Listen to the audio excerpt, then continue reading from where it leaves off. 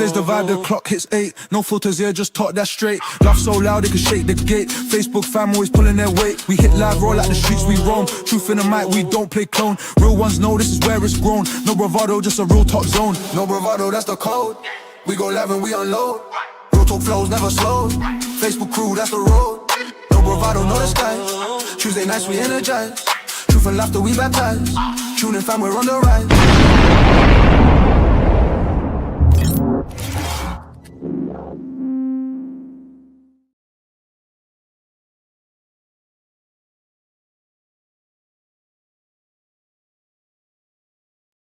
Good evening, No Bravado Massive.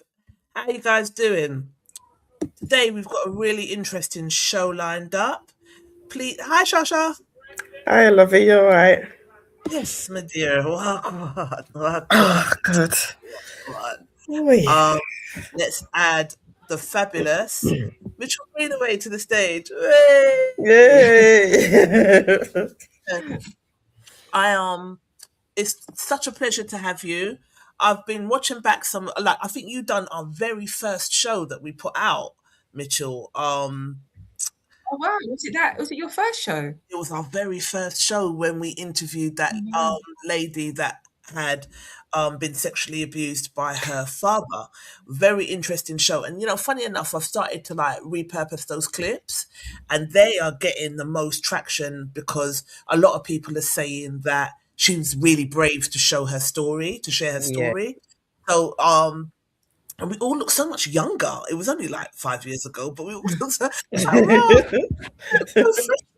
but yeah, here we are. It's nice to have you like following that show and the perspective that you brought to the show. You're a psychotherapist, and I think that in terms of, we speak about a lot of things here on No Bravado, inappropriate stuff as well as important stuff, a lot of black economics, a lot of relationships.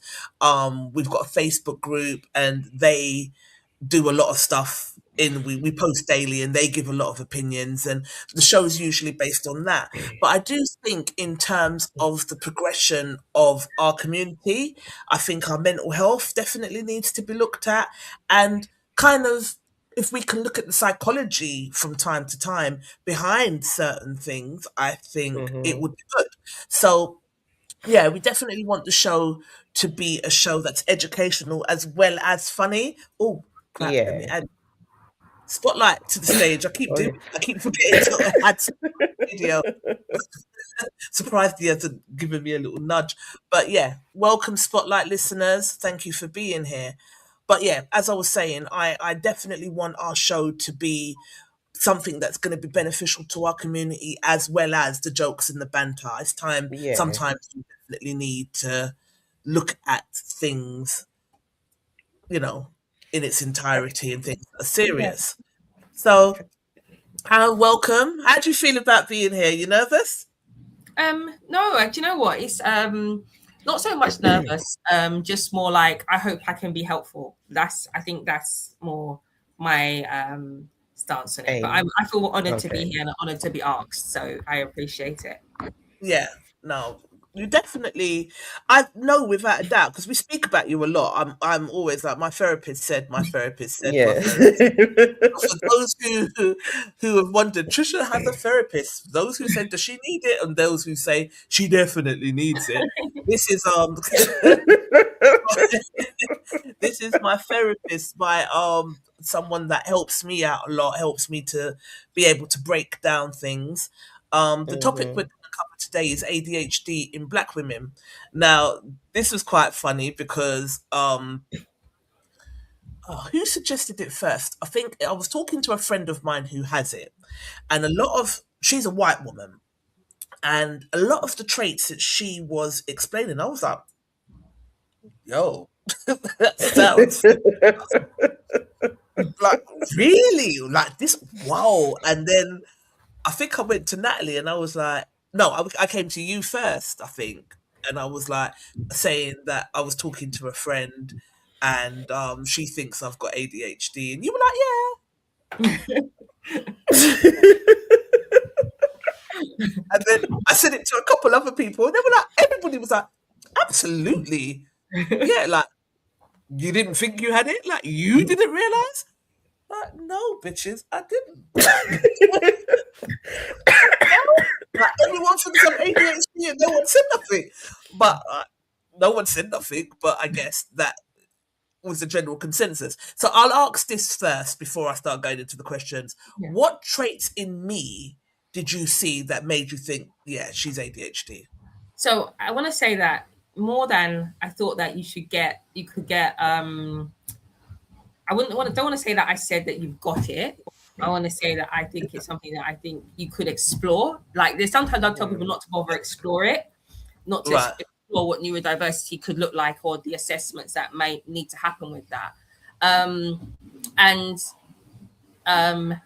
Sorry, you throw me off, Pick. I didn't know you were going to ask me about yourself. Yeah, and this is probably where the neurodiverse comes in, because my interview style just is all over the place. I've got my structure, but what comes to my mind, exactly. So there's a prime example, like that spontaneity of like just the impulse in just think, actually, this has come to me. I'm just going to ask it. Do you know what I mean? And I think I'm just thinking about our session, so I'm trying not to like go too much into like what we discussed, but like I suppose sometimes, like, I don't think you mind me saying about that, maybe how you might overthink, and sometimes when you're overthinking, there's overthinking, and sometimes I suppose how overthinking can show up in our day-to-day living, and sometimes how it can create either take us to next levels. Like there's some things that you've achieved that it's like, wow, like that's amazing. And maybe someone that didn't have, if I want to say, like, I'm not saying you do have it, but if someone, some of the things that you've achieved, it's because you've had all these thoughts and you've just been impulsive with it, and you've just been like, let's go. Do you know what I mean? Yeah. And if they look at some of the successful people, a lot of them tend to be neurodiverse in different ways, very creative people. So like your life story and just some of the things that we discuss will show elements of oh no, she's stuck. Frozen. Oh no. Just a juicy bit too. Yeah, everyone comment. I'm just doing that now. Yeah. All right, let me message her and tell her she's stuck. She might need to come out and come back in. Oh no. Just as we're starting to get to it.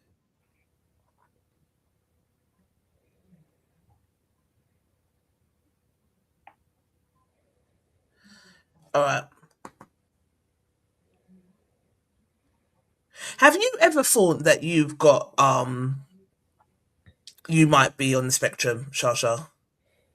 I have. You have thought about it? There's a thought I have, just some certain things that I do and how my mind works. Yeah. It doesn't work how a normal person's brain works. Like, yeah, it just doesn't. Yeah. She's like, yeah, I think you could be borderline ADHD. How you see things and how you explain something, like, you know what you're thinking, but then the other person doesn't. But then if you don't know you, then you'll be like, So yeah, it's like when I just for example, like I need to have things straight, certain things straight, so otherwise it just agitates me, or like overthinking things, or how can I put it? What did she say to me? She said something to me. I can't remember what it was. But yeah, I have definitely thought about it. I have, yeah. I know my brain doesn't function normally. I know that much. Yeah. I've got so much to ask her. I hope she can get back in. Come on, girl. Where you at? Don't know what's happening. So what did you get up to over the weekend? Nothing. All of what I was gonna do, I was like, the weather is just ridiculous out there. Like, I Yeah. ain't going out, and yeah, I don't need nothing, and not moving nowhere. Desert didn't need anything, so I was just chilling. Right. Yeah, I was just relaxing, and then what did I do? Did I do anything Sunday? Nope. But no, weekend just chilling out. Right. Literally All just right. chilling. As we're waiting for her to come back, I didn't really like pick out any topics Yeah.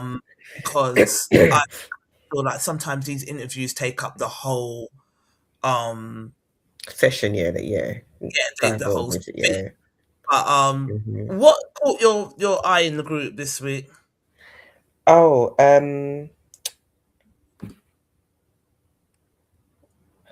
the big old cross of a woman kissing up Chris Ban. Hey, in I'm front like, of her whole husband. All right, let's do that until I can. Let me see if I can get into No Bravado. There we are. No Bravado. I'm sure she'll be back soon. I don't know what's happened.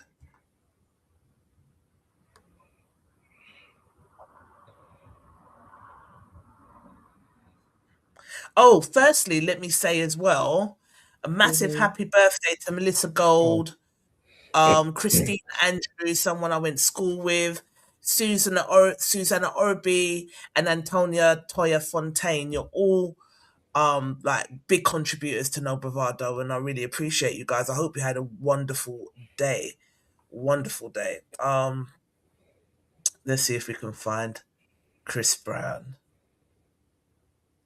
so I was just like, you dirty cross. In front of your husband as well. And when I watch it come after like the second time I watched it, I was like, Who why posted does that? Can you remember? no, I can't remember who. Let me see if I can. Hold on. I can't find it. Let me just quickly hold on. I can find it. And then when I clock it now, she's got a big old tongue out as well. Properly tongue kissing. And I'm like, if you end up with cold sores on your mouth, for your business, it'll serve you No, right. yeah, Letty's got no. That's I know you got your crushes and that, but that Yeah, went a oh bit Daniel full. Oh, Ragamuffin Daniel, posted sure. All right. it. Send me the link. Send the link to me so I can get it on my screen. And Okay. let me call her. I don't know what's happening.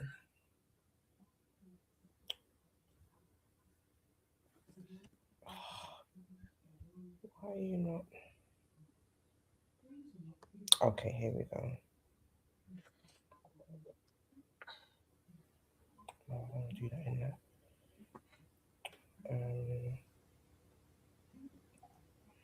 Really?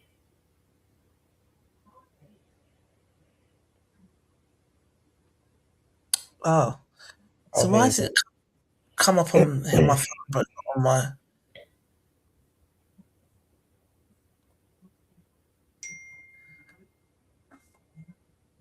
You sent it. I said put it in the group Sorry. Hold on. 1 sec. because that phone's not linked to my Yeah. computer. Okay. All right, let's have a look.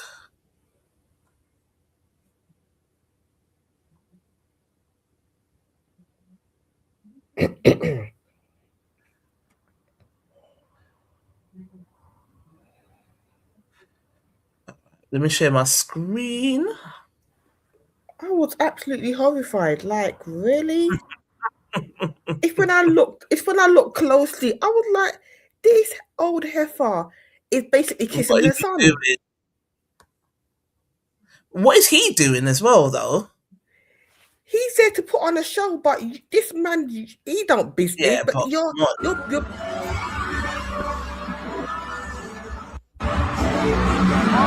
Word. No, she took it way too far.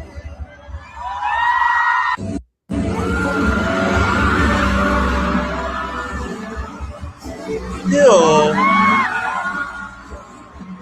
in front of your man there.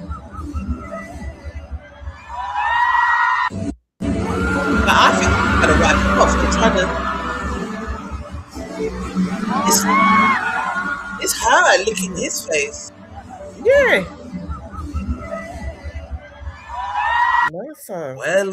Well. Anywho, and it was the husband. If that was the husband shaking his head, let's have a look at what I know Bravado Massive had to say. Hopefully, I don't know what's going on. With Mitchell. I can't Oh, just like you're see. taking a mick. I understand you might, you got this big crush on him, but no, man, have some, even if it's not for the husband, have some sort of respect for yourself. Yeah. And you're if you want to even a little peck on the cheek, but you got your big old tongue out as well. But you're going in for lunch.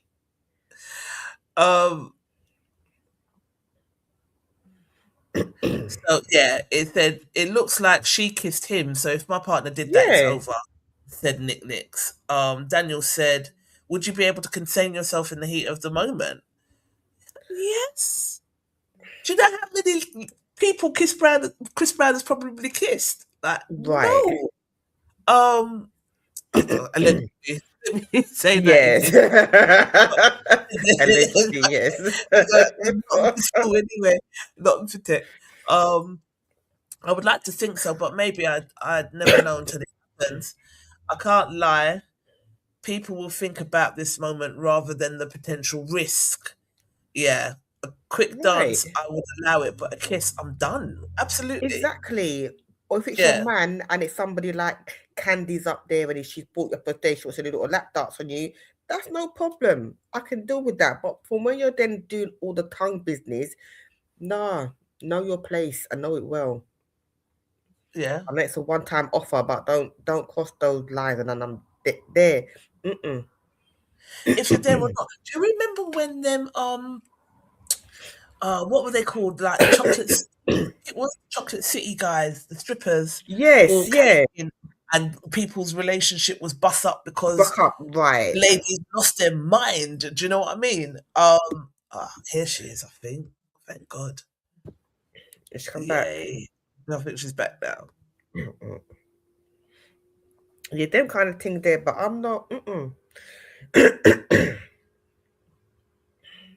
I had that when the man wanted to push up his things on my face, and I'm like, no, we ain't doing that. You could just stand right there and do all the what you got to do from that distance. Yeah. She did come in and then it just disconnected again. Oh God. Anywho, Davina said, I wouldn't be up there making a fool of myself, whether single or married. But if our husband was to end things, I wouldn't wrong him. It's blatant disrespect. Yeah, it is.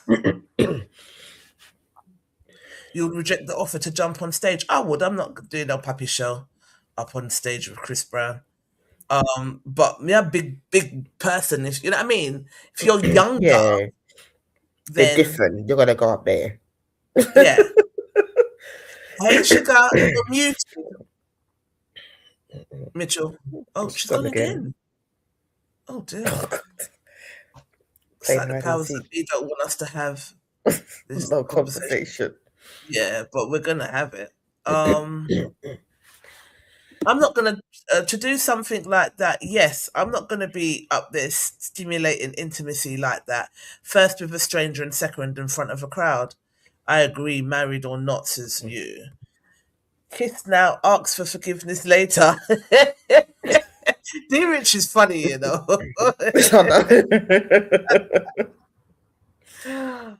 I'm most divorcing you after half of what you got after that comment. I would never cheat on you.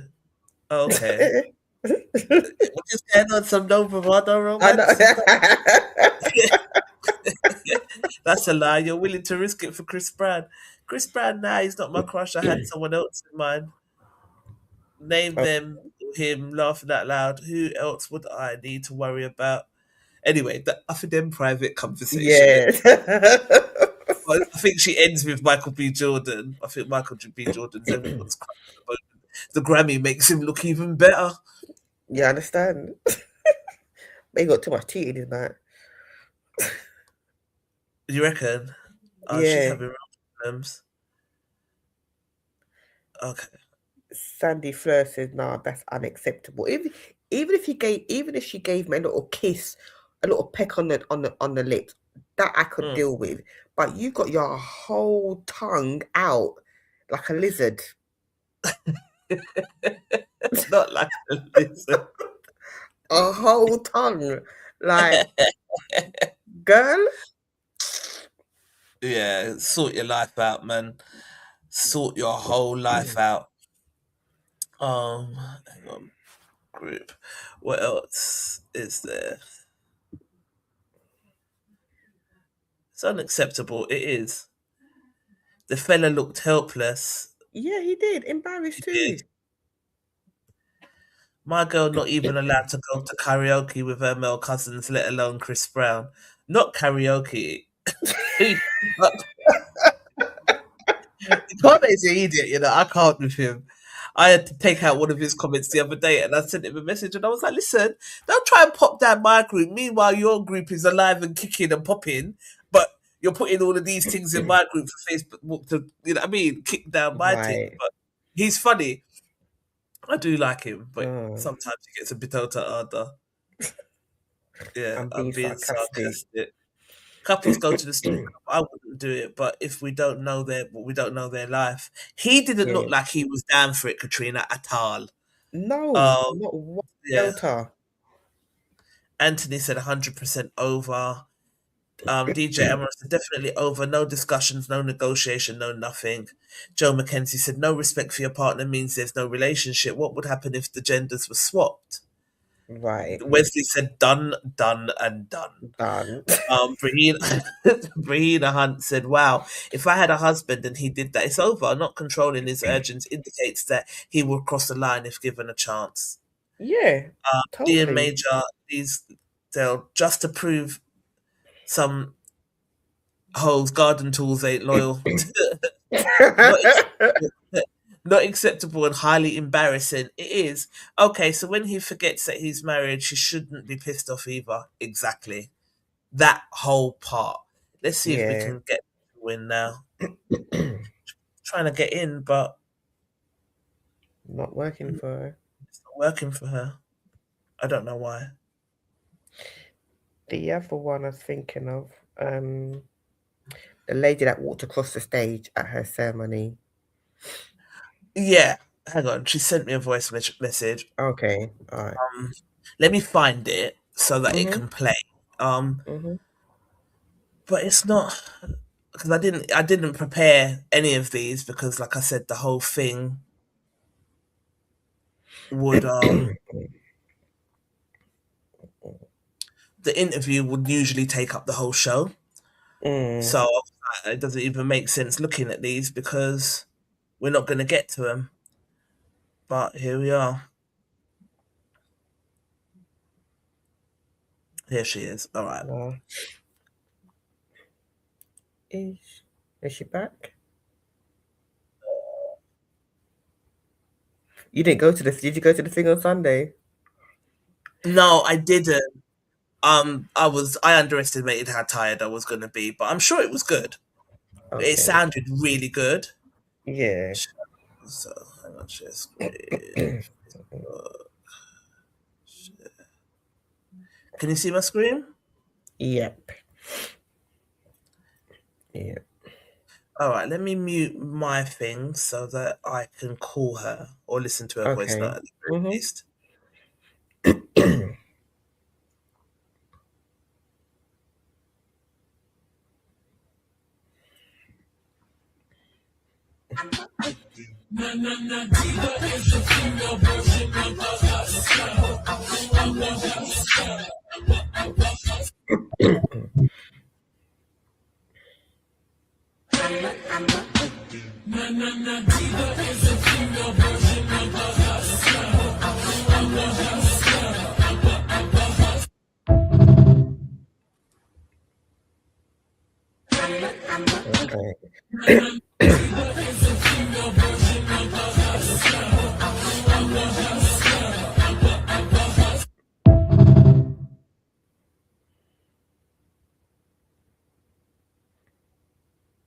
Yeah. You're mute.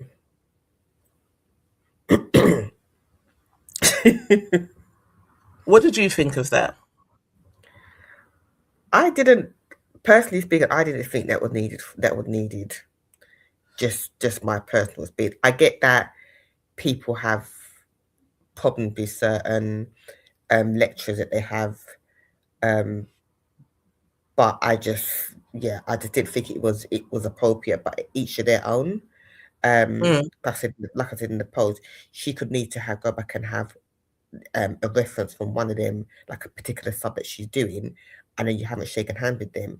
And even though you know that no one can't give you a bad reference, saying little on a reference speaks for itself. right. Sometimes you just, me personally, I'm not going to let my enemies or someone who's put me down let them know exactly how I feel. I'm not going to give you that energy. I'm just going to try and rise above it, because when I was in school, secondary school, my head teacher told me, "Oh, you're not gonna amount to nothing. Was it? You're not intelligent." Da, da, da, da, da, da. And then we had our ceremony, and we all had to do like a university presentation.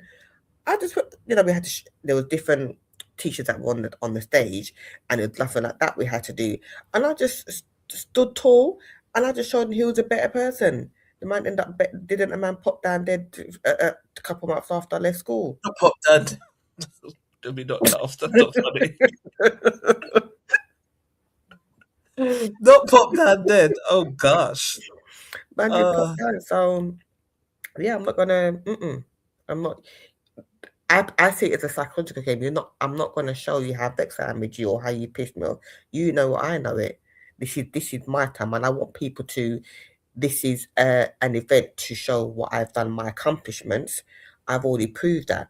One thing I'm not going to do is take away from the fact of why everyone's here. Everyone's here to celebrate me, not to be thinking, why did she do that for? Why did she do that for? Yeah, not the time or place personally. mm, What do you okay. think? I'm 50-50, if I'm honest. Because I mean, this comment it said here. Hang on, let me share my screen again.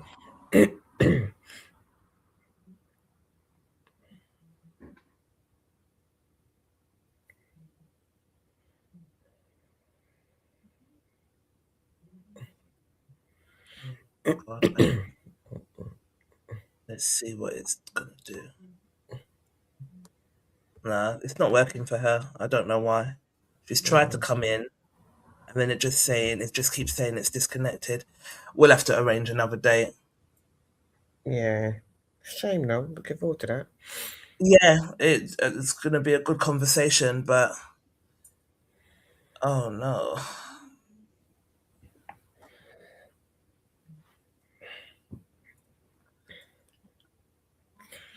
Yeah, no, Okay. it's yeah.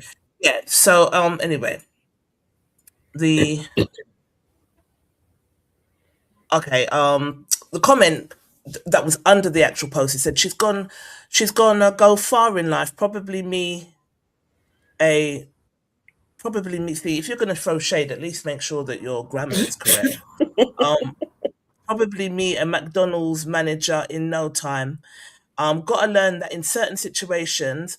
Whilst I'm reading this, I'll find some more posts and send them to Okay, the yeah. group. Yeah. Mhm. Yeah. Got to learn that in certain situations, your private feelings should stay private, and publicly you should show maturity and professionalism. Never let someone else's actions and emotions dictate yours publicly. Could have been someone watching that was going to give you an opportunity, but you just showed everyone your true character. As a parent, I wouldn't have. As a parent, I would have been ashamed and upset. If you weren't going to honor the ceremony by being mature, then you just shouldn't walk. So in a way, I got that because Yeah. yeah, I was just like, to be fair, you don't know who's watching at any given time. So you might Mhm. have just fumbled your bag Yeah. by doing that. Um, Yeah. but at the same time, I get when you just don't want to be fake. And No, yeah, that part too. yeah, I That get when you just don't want to be fake. So she just so someone was saying in the comments that basically she was bullied by some of these people, and they yeah. probably put every barrier in her way so that she couldn't Yeah. get there. What was shaking your hand for? You didn't help me. It's like I don't know. Anyway, so let's read. I'm on the fence, and I'm not really used to being on the fence, but Yeah. Eric Lard said she'd be selling them fries and coke from the drive-through window soon enough. Um, this is what people really seem to think, that she's scuppered her chances in life. Um, I would have shaked everyone's hand. I'm showing you. Give me two more topics whilst I'm reading these, Yeah. Shasha. I'm just yeah. Yeah. I would have shaked everyone's hand. I'm showing you and the entire audience how I feel about you, and you may need a reference from one if you don't shake hands with, but they're not going to give you a reference anyway if they made your life hell. Do you know what I mean? Yeah. So let me just see if Gary's about. Hang on, Gary.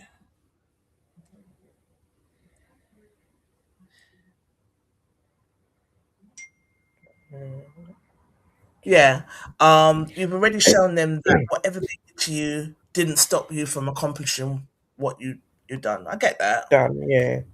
Diego de Boss, what did he say? It's against the law to give bad references. It looks bad, I agree, but it tells people they did her wrong. Doing things to make things look good is the problem with society today. Let her be the difference. Yeah. Absolutely. Yeah. I just would. Yeah. I just wouldn't want it to take away from what we're trying to celebrate. Yeah. That's my only issue. Yeah. I That's hear you, but yeah. sometimes it's not best to let your enemy know how you just your opinion. I hear you, that's fine. In some cases they need to be shown the error of their ways and learn never to do it again, because it just may be repeated. Yeah. We don't know her story, so she must know why she did that. Davina said, I'm torn. On one hand, I applaud her for staying true to herself and holding honesty true. But on the other hand, from the professionalism take, it didn't look good. That being said, for the sake of aesthetics, how long should we uphold what is expected of us before we say enough is enough? I don't know her story, so I can't judge her decision to make such a bold move so publicly and Mhm. at the pertinent time of her life. But whatever led her to this obviously impacted her enough to make such a move. So on that basis, until I hear her side of the story, I'm not going to say whether she was right or wrong. But one thing is for sure, it was right for her at the current moment. Yeah. Yeah.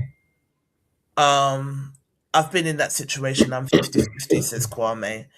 You shake Martin West says, you shake the people that did you wrong or stood in your way at the most big exaggeration, wide eyes, big smile, because it's them who fuel and drive your ambitions. Without them, she doesn't do that walk. Some teachers practice tough love, try to trigger your desires. Some teachers are just bad and they all contribute to your success one way or another.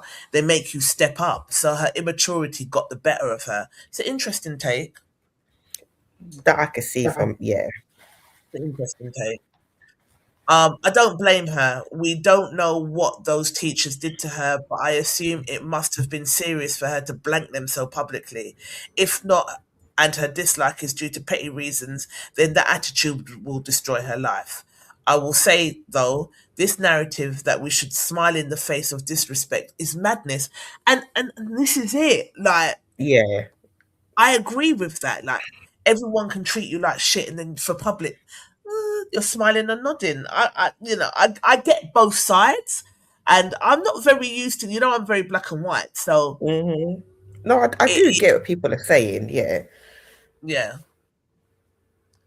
yeah. There's no one for you to even bounce off with. Yeah, I don't know. Can you read the Hold on. rest? Read this comment. Yeah. Yeah.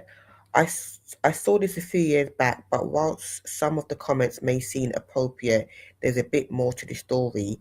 The student was being harassed and bullied, but after raising concerns, she was sidelined by the board. You know how it is. You are seen as an aggressive black woman if you stand up for yourself. Yeah, then I wouldn't have shaken their hand either. Kwame says, where is it? The Venus said, I thought I recognized this video. Yes, I remember reading about it. I agree with you. This is her experience and not for us or anyone else to speak on it and determine if she was wrong, right or wrong. Goes back to saying, Colin Golson, you took the words right out my mouth. Her story is powerful, and I remember watching a video years ago. Some people were quick to ridicule her without knowing the story or what she endured. It's worth noting that she didn't just refuse to shake hands with white people, she also refused to shake hands with people of colour. During my 21-year Army military retirement ceremony, I refused to shake hands with many people and didn't think twice about it. Whether it was the most mature approach is subjective, but it felt good. Nobody truly knows her story. Perhaps this incident could be an opportunity for some lecturers to reassess their attitude towards undergraduate students. It might be a way to expose their true character. Did anyone respond to that?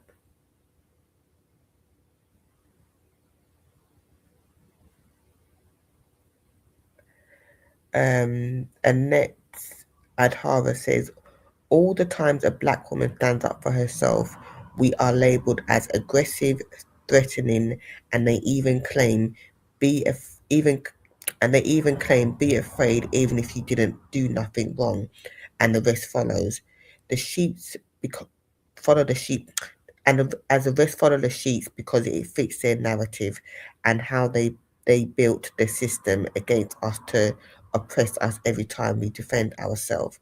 They suddenly fear us, but when they are bullying us to the limit and we keep it quiet, it's funny for them until we say enough. They become victims, cry crocodile tears, and humble you everywhere. And humble you everywhere.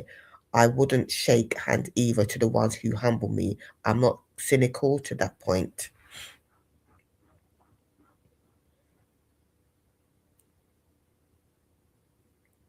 Oh, I'm there calling Gary, and Gary's typing. Just see if he could jump on, so that you could have someone to banter with while I try and sort out the back end. But anywho, he says, "What's who's watching got to do with that? If you have treated bad for the whole 3 years, then I need to say thank you and go away." Yeah, I get. Hi, Mitchell. Welcome back. I'm sorry about all of the problems you've been experiencing, Sugar, but welcome back. No problem. I think I've got a new laptop now, so I'm hoping this one works. This one will work. Yeah. Someone sent me a message. Someone's trying to call me, but I can't take the call. If you're watching, I can't take the call, Sugar, whoever you are. But someone sent me a message that says,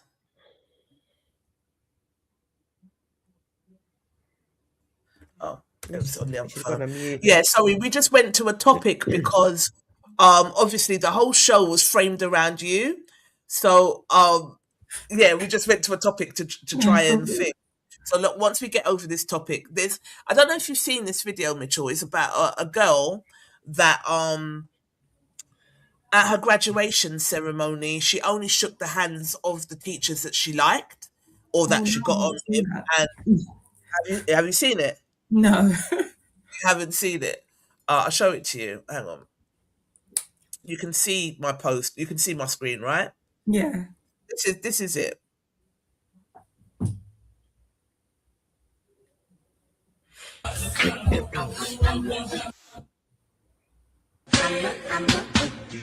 And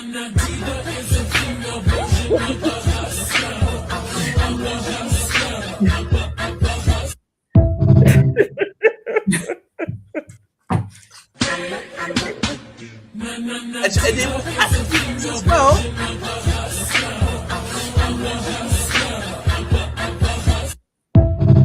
So,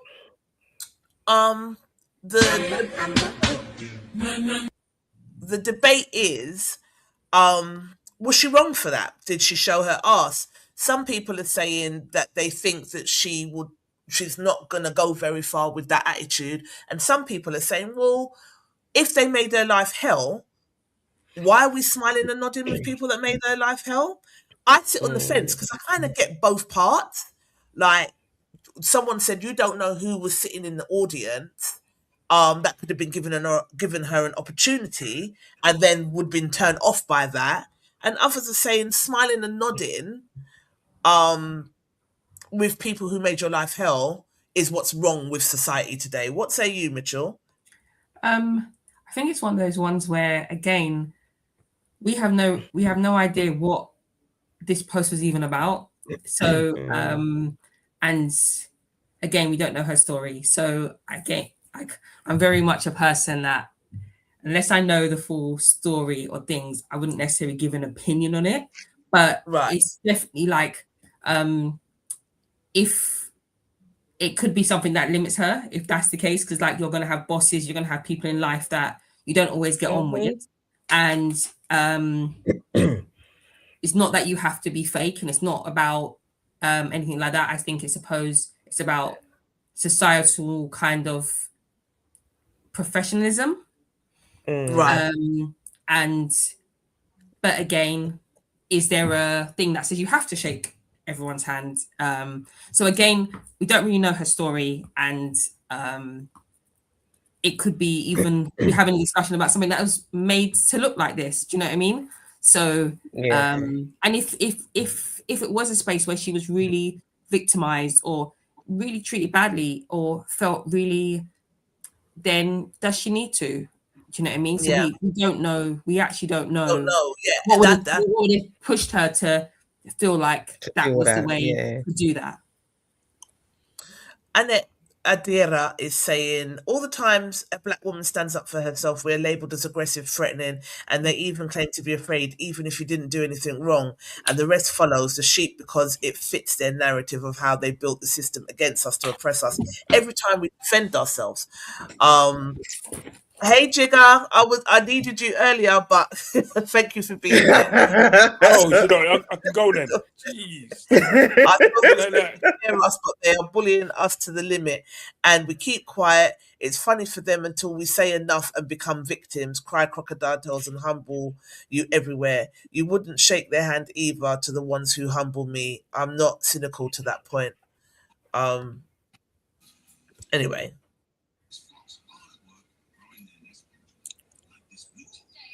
These go on a bit actually, and now I feel like we've got Mitchell back, and the stream is working. So, have we? Anyway, she's gone again. Here she is.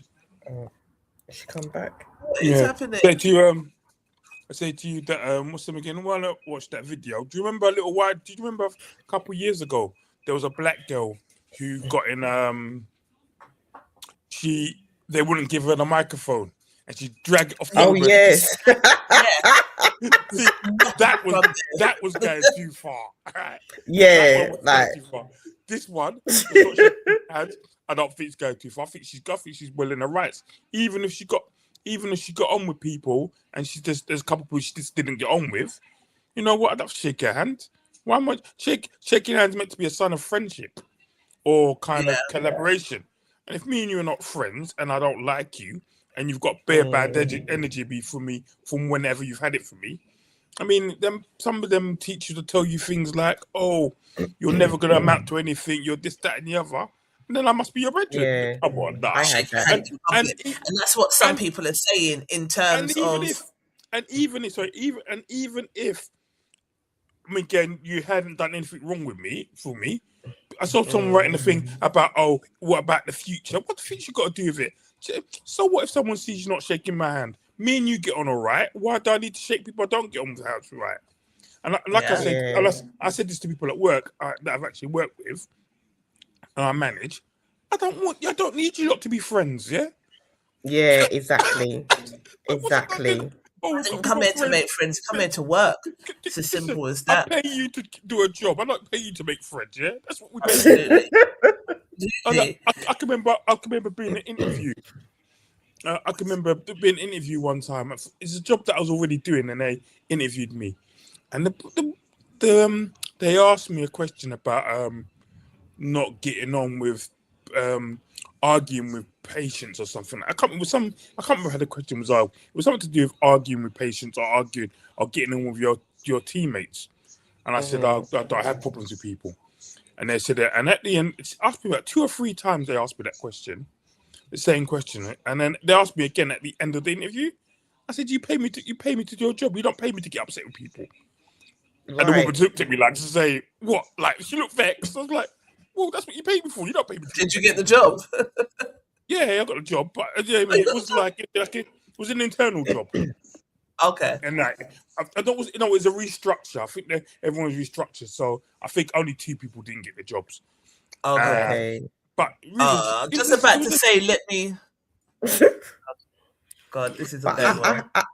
I had that for one interview that when I went to, and my head was all there because Mum had just got diagnosed, and it was like, "Oh, have you got any? Did you want to say anything?" So I was like, "Actually, yeah, I do." He goes, "Oh, okay, no problem." Says, "I don't start before 9. I don't finish after 5, and I don't do I don't do office politics. I come here, I do my job to the best of my ability, and that's that." And it was like, okay. And then when the HR called me, they was like, "What did you say in your interview?" I was like, I was not in the frame of mind, so I just told them exactly how I felt, and they want to hire me. That's up to them. They said they've never had somebody say all that. So I said, "Well, I just said to them, I don't start before 9, I don't finish after 5, and I don't do office politics. And if there's a work due outside of working hours, it's up to me if I want to go or not. Don't get vexed if you don't see me." It should be, but you are judged for that. All right. Yeah. So I didn't work polit diets.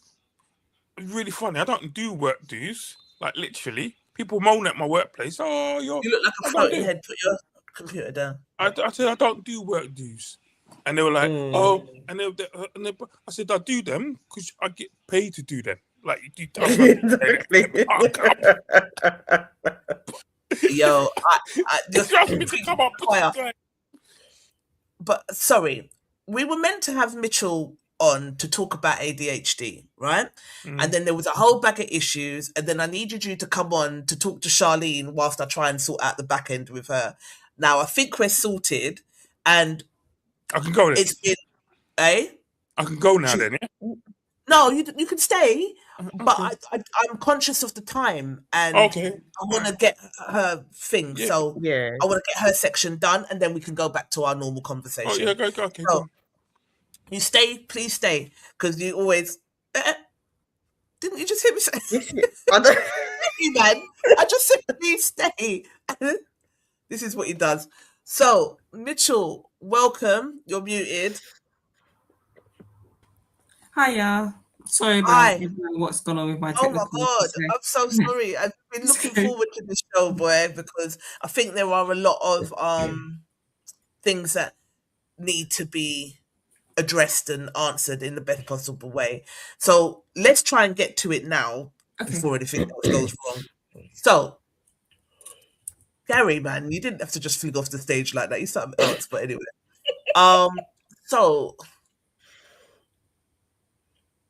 So introduce yourself and explain what you do, please, Mitchell. Okay, so my name's Mitchelle Greenaway. I am a psychotherapist, life coach.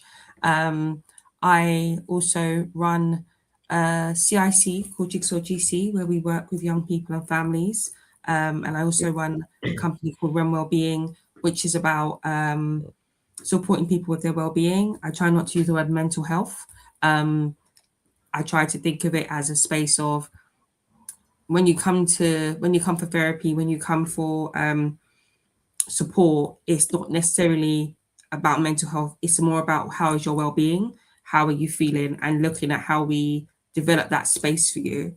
Right. Okay.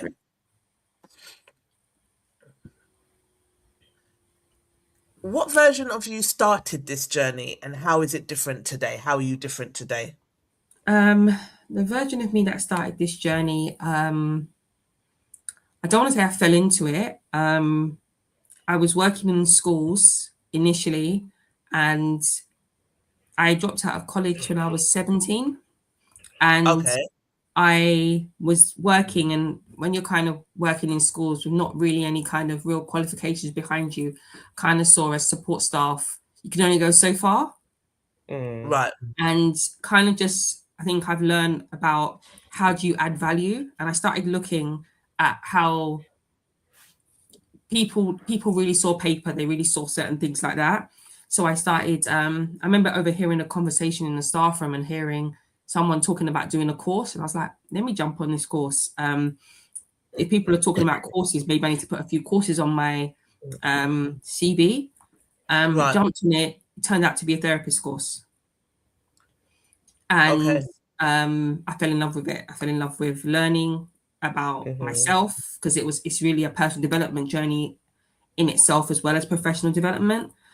Right. I learned a lot about myself in that time and learned about how to support others as well.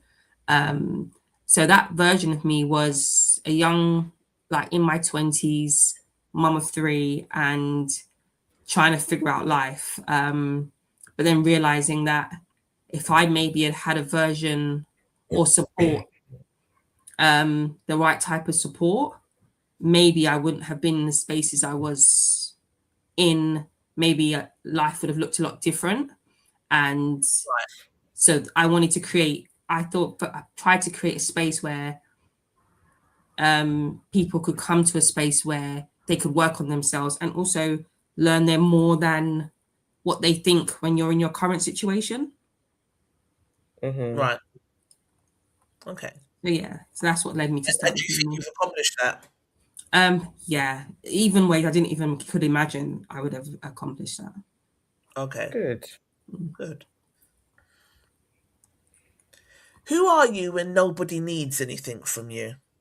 Good question. My business partner would say I never switch off. You know yourself. Yeah, I would say I'm creative. I Okay. think when people don't need me, I get to be creative. I'm a mum, and I get to, I think that's the time I'm the most creative, when I'm kind of by myself, or Right. or I'm just hanging out with my kids. Yeah. Yeah. All right. So you've said why you've created wellbeing, REM wellbeing, and the Yeah. gap that you're filling. So we'll skip that.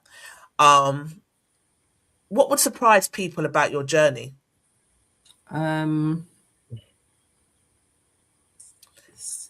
That there was no plan. Right. I think when people meet me, when I do a lot of trainings and stuff, I think when people hear my story, they're shocked because I get judged in the sense of how I sound when they see me. People would not expect me to have maybe the past I have had. But I think, where I came, I think maybe knowing where I came from and my journey would shock people, I think, a lot. Right. Yeah. I think people not knowing that people think I had this big plan, and this whole space I'm in now was part of a strategy that like people say, I want to be a teacher, I want to do this, I want to do that. Like I want to be a business person, that was never. I was a mum of 20. I had 3 children by the time I was 23. This was not in necessarily the goals to be running 2 organizations. I didn't even think it was achievable. Yeah. Yeah. Okay. I'm doing this because we want to try and get Mitchell on every other month, and I want the audience to become familiar with you and your story and so on and so forth. So I think it's really important that you represent Black mental health, and Yeah. it's nice to be able to speak to you about your journey, and show people that there's a safe space in Black mental health, because I think there's an issue with our community looking at our mental health, but that's another conversation for when you come on next. Yeah, if you come back after all of what happened today. It's gone down. It's like some kind of virus has got on it now. But this StreamYard doesn't give viruses. It doesn't. It's like, what the hell? No, I think it's just I've got every tab open. This is one of the things. I have every tab open, so I think it's to do with me as well. Okay. Yeah. I've never heard of it giving anybody. I was like, what? When I was reading, what is happening? But anyway, what did you have to unlearn about yourself to get to this point? I had to unlearn the stories everyone else had created. The stories that you see online, and you see not online because at the time there was no online, but I had to unlearn that just because I had taken certain paths and made certain decisions in my life, that my life wasn't limited to that point in time. Right. And so then I had to see my own potential amongst where it felt like there was none. And I had to... How did you do that though? I think I had a conversation with someone today actually, and they will use the word core memories, and I really like that idea. There was some stuff that when I was growing up that was reminding me of things that maybe weren't in my professional, my current perspective of life at the time. So maybe my mum took me to Atlanta when I was 15, and I got to see the world. I got to see, like, I went to this thing called African American Women on Tour, and just seeing all these women come together, all these celebrations, all these different things. They were like moments of those kind of different spaces and situations and experiences I had in my life that allowed me to, I think when I then got into this kind of space in my life where nothing felt possible, I had those kind of like downloads that kind of were there to say there's more out there for you. And I think having a mum that I always saw, even though I saw her working for everybody, I never saw her sit still and never saw her not do something. So I think, and she always kind of said to me, you can do anything, even when it didn't look like I could do. And when a lot of people had given up on me or given up on my potential in that sense. So yeah, I just kept going. Okay. So fundamental core sort of installations from young, you think helped you to be able to... Interesting. Okay. All right. Is ADHD often missed, and especially in Black women? Yes, it is. With ADHD, especially women, and I want to say just neurodiversity in general, is because we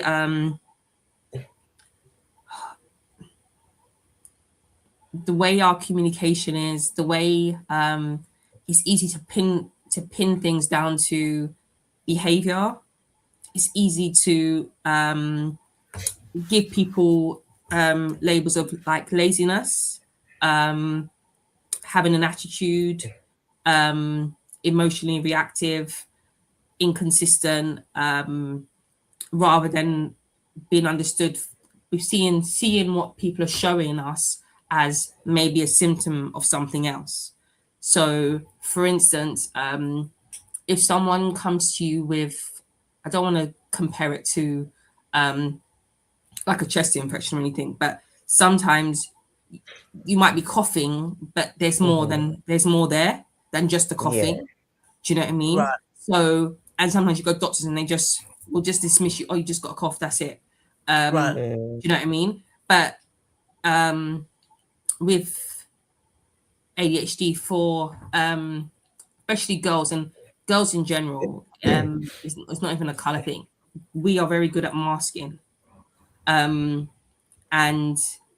not saying that we are struggling, because it's not a thing to say. Like, you're struggling, especially in the Black community. Survival and just kind of being strong and just keep going is something that's enrooted in us and learned. Okay. Yeah, go on. So yeah, so I think you're less likely to say, I just, something that does, it's not clicking, I just can't get it. You show up in different ways. Right. All right, so let me take it back a step. What is ADHD? So ADHD is I don't like what it actually, the words it uses, because when you hear stuff like disorders, you kind of see it as a thing where you just don't want to be associated with a disorder. Yeah, when we think of certain words. So it's a sorry, I got my braces in. It's a neurodevelopmental disorder characterized by like persistent patterns of inattentiveness, hyperactivity, impulsivity that can affect your daily like functioning and development. Right. And I like to use the word that can affect. Can affect. Because I remembered when we first had a discussion about it, you said to me that in terms of our community, it can get missed because of the way in which we are brought up. So in terms of, like, I don't know, I'm trying to choose my words here, but in terms of like behaviors that might be associated with it, them behaviors there couldn't run in the Black household. Yeah, exactly. Right. So Exactly. I'm gonna go off script a little bit, but because like what I was saying to you offline was, it feels like a trend at the moment. So everybody seems to be like, I'm ADHD. Why the big reveal now? Why do you think it's all coming to the surface now? I think it's one of those things where, like a lot of things,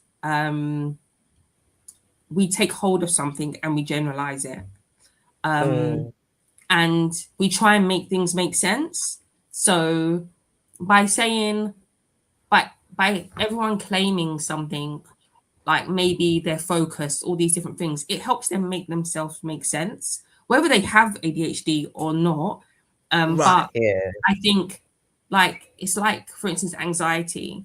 We can worry. Worry is an actual emotion. Being nervous about things is an actual emotion. And it doesn't mean that you have anxiety. And anxiety is something that you actually, it's something that's really crippling. Like, you can't leave your home. Or you can't, like, your body is actually sweating because of something. Do you know what I mean? But so we use words sometimes like, oh, I'm feeling really anxious, but actually it's just that I'm worried about something. It could be just that you're worried. And sometimes we take on a word without necessarily understanding it in its full entirety. So even with ADHD, it's one of those things that it does help people make it make sense. Do you know what I mean? And I think everyone is in different ways. Like, focus is something that no one has 100% of. Do you know what I mean? But the levels of where you have ADHD, it could be something that could like, you just can't even be in that room. You can't be in that space because you can't sit still. You can't, or you're over focused on something to the point where you can't even do anything else. Yeah. So it's just the understanding. So like in schools where it could be missed is like, if your child is not challenged enough, it's not saying that a child doesn't want to learn that because they've got ADHD or something, but if they're not being challenged in a way or stimulated properly, then their communication is going to be, I don't want to be here, because they can't sit and focus on something if it's not challenging enough or if it's not something that makes sense to them. So So it's just that lack of maybe connection that people have, where they just will think it's just about focus. It's just like when I'm working with people with ADHD, sometimes like the way they'll focus on something, it's not that they don't have, is sometimes they're so hyper focused. There's different bits, like you can have the hypersensitive at the hyperactivity, you could have the impulsivity, you could be combined. So there's different also streams of ADHD. So someone might not have certain aspects of it, but then we'll have other aspects of it. I see. Because I know sometimes if I'm given a task, I can hyper focus. People who work with me know down to the fine detail. But I look at it like a gift Yeah. because it's helped me to find like large sums of money in organizations that no one's been able to find. Do you know what I mean? In systems that are completely tits up, I've been able to find things. It's, to me, it's like a gift.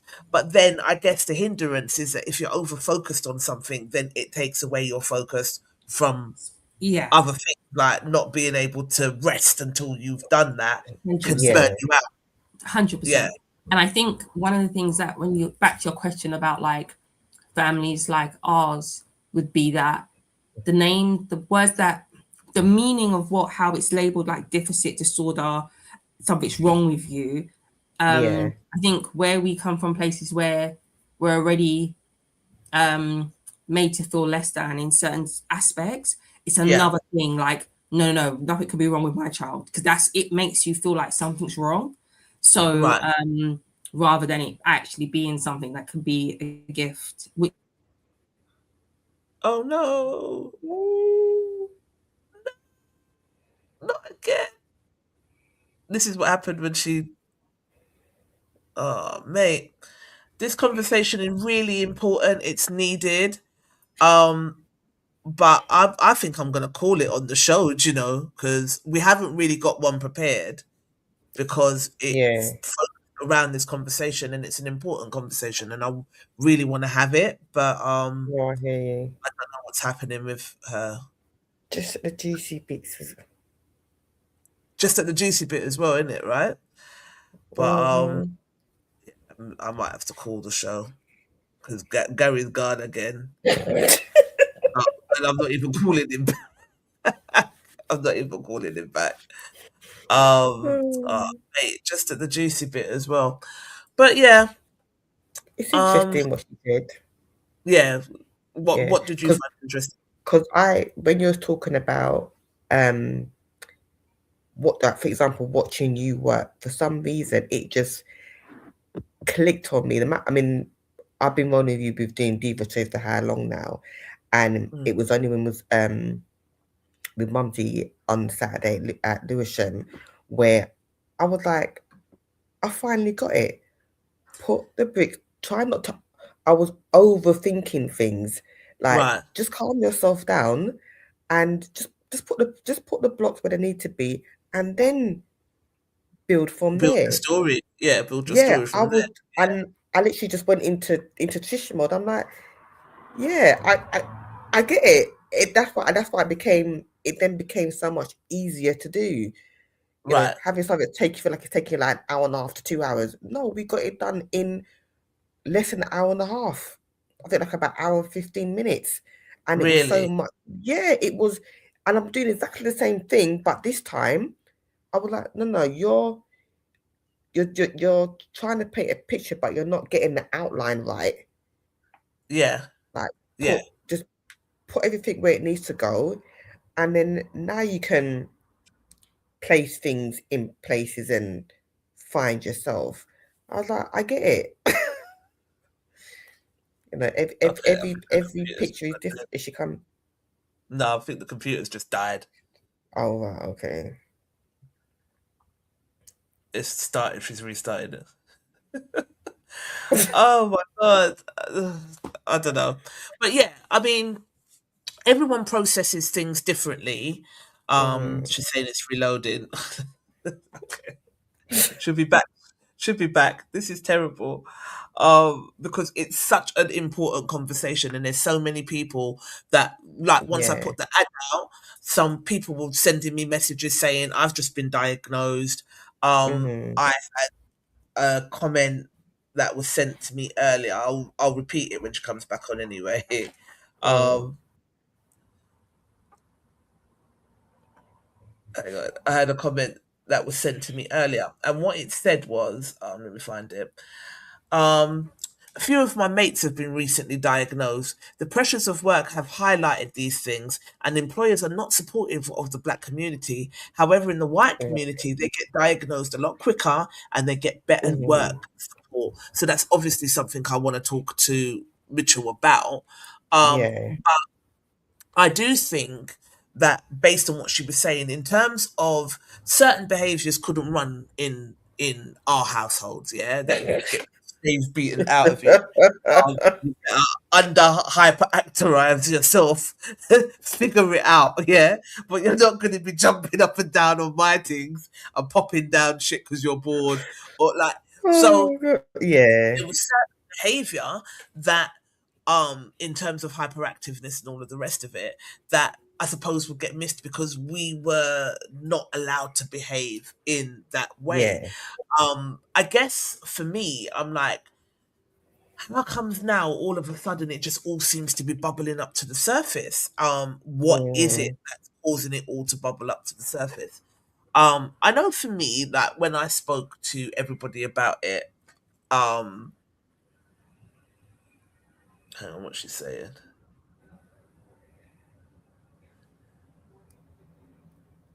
Please keep. Oh, this is. It just decided that it wanted to do. Her computer just decided that it wanted to do. You know, the updates Yeah, yeah. Oh Lord. in the middle of the show. Um, wow. But it was just getting. I'm saying to a comeback though. It was just getting juicy. But I don't know.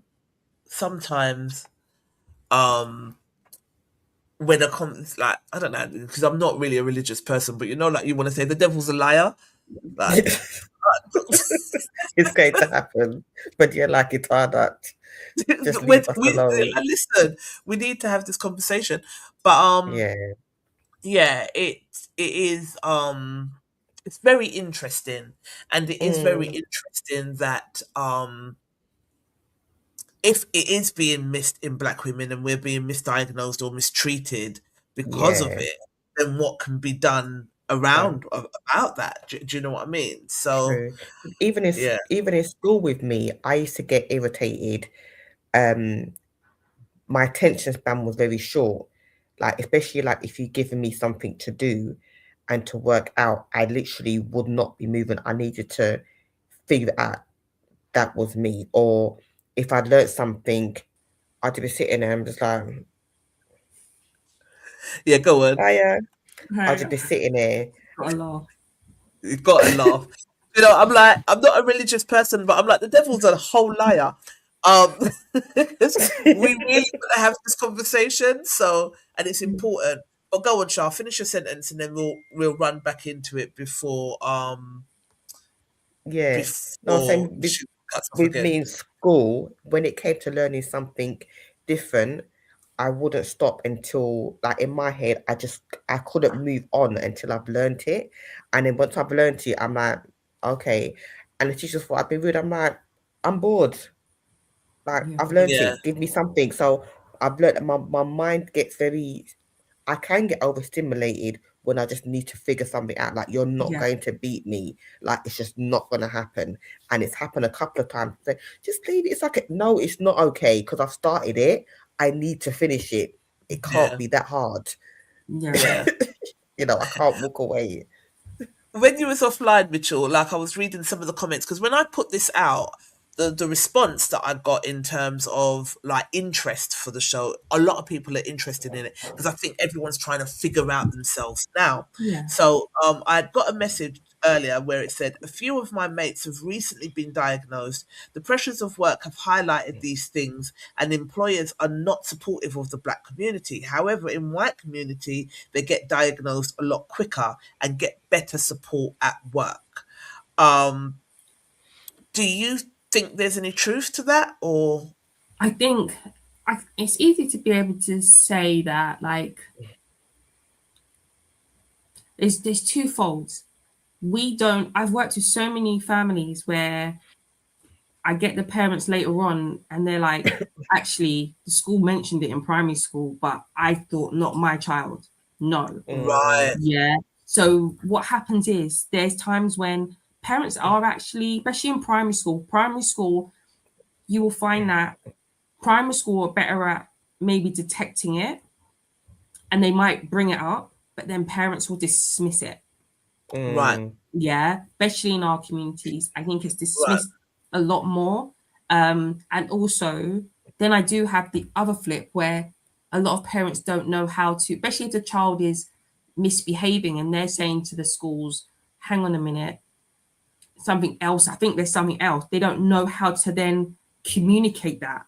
So there's also language that we need to understand. Because it's not something with ADHD, with all kind of neurodiversity, it is from birth. It's not something they just one day wake up with. Yeah. Right.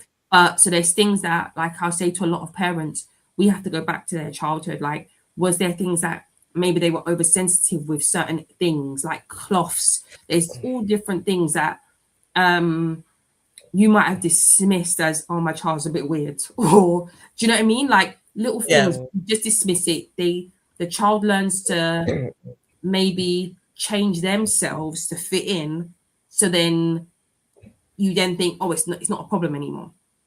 They've outgrown it. But really the child's had to force themselves to adapt to maybe what society's saying how they should be or what they should be thinking. So, and then when they hit secondary school, you find that it's a lot harder to get that, especially if they've been labeled now and their school journey is a lot behavior. They then are seen as behavior And labeled. Right. yeah. So I'm not saying that we don't, and also the assessment processes on when I sit and if I don't sit with a parent and say to them, this is how you need to go back in history, like the words, like you need to be able to show why and how you think this is, not just telling someone that you think this, because people can, okay, well, 100 people say that their child gets a bit stressed. What do you mean by stressed? You have to explain what it looks like, even if it's uncomfortable for you to be able to say, well, at home they're just not managing and it might be to this extreme. Like there's a lot of shame that comes with maybe if your child comes home and home's a safe space where they can while out a little bit because they've been together maybe in school all day, because there's different extremes. Some people will be in school and they will display, they communicate. Some come home and they manage all day and they look like they're okay, but then at home they're not. Right. Because there's someone that's come to mind, but then if they have ADHD, they seem to be good in one environment but not in another, or good with dad but not with mum. And the person was saying to me, well, they wouldn't switch it on and off, it will just be there. No, so it depends on, it's expectations and boundaries. So if someone is consistent, the thing with anyone, doesn't matter if you're neurodivergent, if you show me how I can treat you, then that's how I will treat you. If you show me how I can't treat, then I will know my boundaries. So again, it comes to that. Like even as a grown adult, let's forget about children. Let's take that out of the equation. Even as grown adults, if you look at relationships, we sometimes design how people treat us. Yeah, through what we allow, through sometimes lack of boundaries and all those things. So if you've got a young person, you'll find actually a lot of those that maybe do have ADHD, when they have the right boundaries and the right consistency with boundaries, I'm going to say, actually, because it's not that today I'm going to be strict and you listen to me, or today I'm going to tell you that you do this, you do that, and this is what you get, or you know the expectations. If you're not doing this, then you don't get this, and that's a consistent message. They will get that. If it's not consistent, like anyone, like the thing about having ADHD, you're very intelligent people. If I can find a loophole based on what you said, I'm going to take that because it makes sense to me. Like your brain's always going, and there's always a strategy or thinking about how you can maybe. I know if I keep annoying you, you're going to give in to me. You always do. Then I'm going to do that because I want to get. You know what I mean? Yeah. And that's for anybody. It's not even someone that's got neurodiversity. That's just in general how it goes. You know what I mean? It's just in general how it goes. So sometimes, again, we need to come away from the thing that it's just like I think this is the thing that people want to stay away from it because they feel, oh, it's just like a naughty thing or it's a misbehaved thing. And it is in so many different, it's like just another, like a person that doesn't have neurodiversity. If they're going to misbehave, they're going to misbehave. It's not based on anything other than they're just misbehaving. But then I think the way society has heard about it previously, generationally, it's a behavior thing. It's a behavior disorder. Yeah, and it's not. It's just like you've got children that don't have ADHD that don't behave, or do you know what I mean? So it's just how it's packaged, and unfortunately, the package that it has come with from historically is that if you've got it, something's wrong with you and you're misbehaving and you're naughty. So based on that, in our culture, we wouldn't want that attached to us, so we will stay away from it. Right. Mm-hmm. So that was a question that we've listed here. What behaviours are punished but are symptoms? So I would say like hyperactivity, not keeping still, not looking. One of the ones that is especially like eye contact or being able to like focus on someone when they're speaking to you. Right. Okay. Yeah. So and then that's you being rude or or impulsivity or aloof. Yeah. Yeah, impulsivity. It's not understood. We're not given with impulsivity. One of the things is it's not understood. So with no understanding to maybe think, why did you just do that? Like, do you know what I mean? Why have you just decided today you're gonna just jump or do you know what I mean? I can't give you an example right now. I'm trying to think of an example, but like if you woke up one day and you decided to just jump on a plane or something, do you know what I mean? That's you might celebrate that one, but if you woke up one day and your friend said to you, come around the corner, we're going around, and you just did it without thinking, do you know what I mean? That impulsivity of maybe not necessarily just reacting rather than taking a moment to think about actually why. Yeah, and then you're being, well, why didn't you think? Or maybe when you're answering back quickly or someone's asked you a question, you just respond. You're reacting and maybe it's not understood. We're not given enough space to maybe understand or ask actually, why did you do that? Rather than, why did you do that? Do you know what I mean? It's just the way it's communicated. Yeah, I get that. Okay. Next question. I think we've kind of covered this, but I'm going to ask it again anyway. How does strong Black women mask neurodivergence? I think it's through the idea that, which one is it? I think it's under the narrative that we don't need support, that we're capable of just carrying everything. And even when we're struggling, it's just that idea of being strong and that whole idea of being strong to our own detriment. Showing up even when we need to take a moment, carrying about 1,000 different things, doing 1,000 different things. So with that, it's become a label of like, I can't show weakness. Yeah, if I'm not doing everything, then I'm not good enough. So I think that's where one of the things is that narrative that we keep going no matter what. Yeah.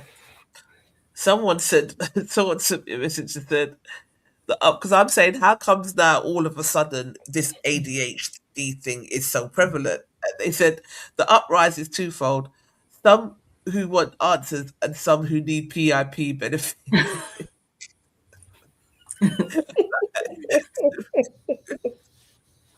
Rude. Oh dear, I do love our audience. They're too funny. All right. What do black women get diagnosed with instead? So seems like there's a lot of misdiagnosis when it comes to us. What do we get labeled with instead? I would say sometimes you get personality like related labels. Yeah. Yeah. You might get depression, anxiety. One of the things with even the personality related things, a lot of them is that's where I call mental health, like where you get certain diagnosis that people are willing just to throw at you without necessarily, and they're really extreme. And actually, it might be something just like that you might have. Not saying that it's just that you have ADHD or autism or anything like that, but you might get called by, like, sometimes I've seen some people and they've been diagnosed with some things, and I've spoken to like some therapists and supervisors that have been doing this for even longer than me, and some of the diagnoses that black women might get actually, and it's like, wow, that's trauma and maybe neurodiversity. It's not some of the things that are being thrown at them. Right. Okay. And it's more common that type of scenario happens with us than it does with any other of our counterparts? I think so, because it's as well, if we don't say things like, I've been struggling with some of the things that come with ADHD for years as well, like with society, they can only diagnose what's being told to them at this moment. So if you're showing up right now and because some of the symptoms that you get from maybe having ADHD, it's not that it's a mental health, but some of the things, the side effects of having it because you're holding it is maybe depression, is anxiety, maybe overwhelm, and then it could lead to things like when that stuff bottles up and you're trying to fill a glass with it might break. You know what I mean? So at that moment, you are now seeing someone that's at this real high intensity, maybe breakdown of those kind of moments, and you're then diagnosing that rather than the leader, Root cause of the issue. Yeah, exactly. Right. Huh. That's interesting. Yeah. And unfortunate for us. Yeah. Because then it means that you don't truly get the help that you really need because you're constantly being misdiagnosed with other things. Interesting. We just answered that. What does ADHD look like when you're still achieving? Now, I found this interesting because, as you mentioned earlier, some people are still very high functioning. So they're not going to get necessarily the support because, well, you got this under control, you're doing this, or whatever the case may be. When you have cases, what does it look like if you're still like a really high achiever? What does that person need? What does that look like to you? So I think with when you get to if you're high achieving, I think it's different things because like there are certain tools and support, just like for anything. And for instance, if you have and if you've got someone that's high achieving, that could look like I'm just gonna bracket it, not just ADHD, but like if you look at just neurodiversity and those kind of things like dyslexia or stuff like that. You have people like Richard Branson, you have will.i.am, you have all these different people that where it's no longer, they don't see it as a limit. They lean into it. So Yeah. the overwhelm, not to say that they don't get scared, but they don't allow the fear or the overthinking to stop them. Yeah. Yeah.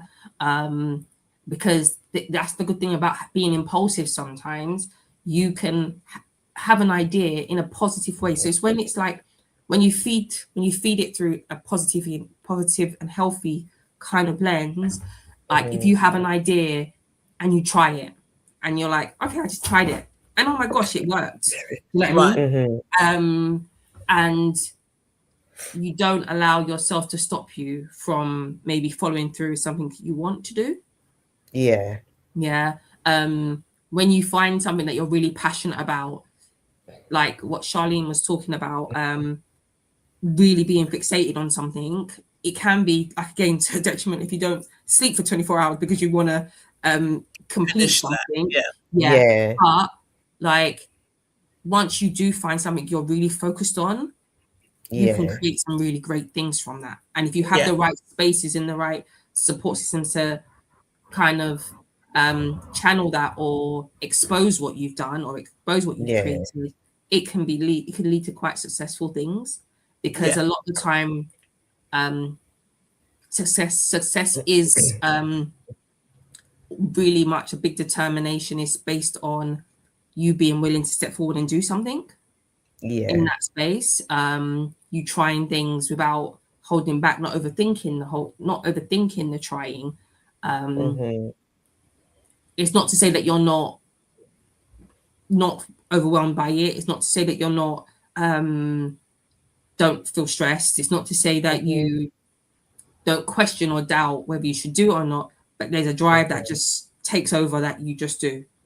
Yeah. No, absolutely. Yeah. I can definitely relate to that. I think the danger of it though is when you are when you are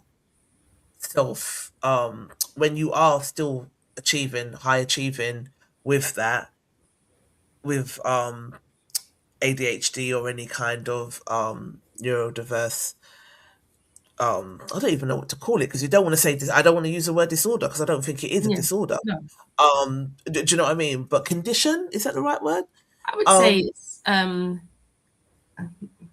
I'd love to actually come up with a different word for it. I love coming up with new words for things that can change the meaning and make you feel. But I would say, but neurodiverse.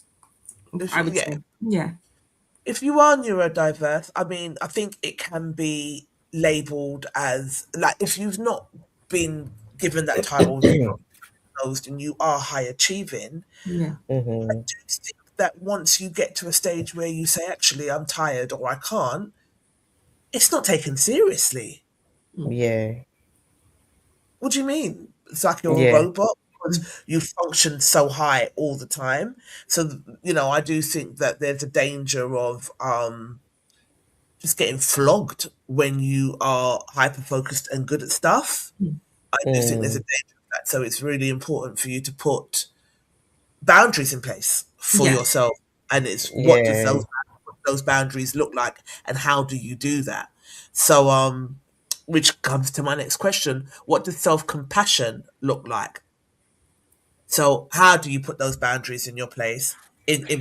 And if you are someone who's neurodiverse, what does self-compassion look like? What should be the best practices for you? I would definitely say, and I think you've heard me talking about giving yourself grace a lot. And I think it's. Why are you chuckling?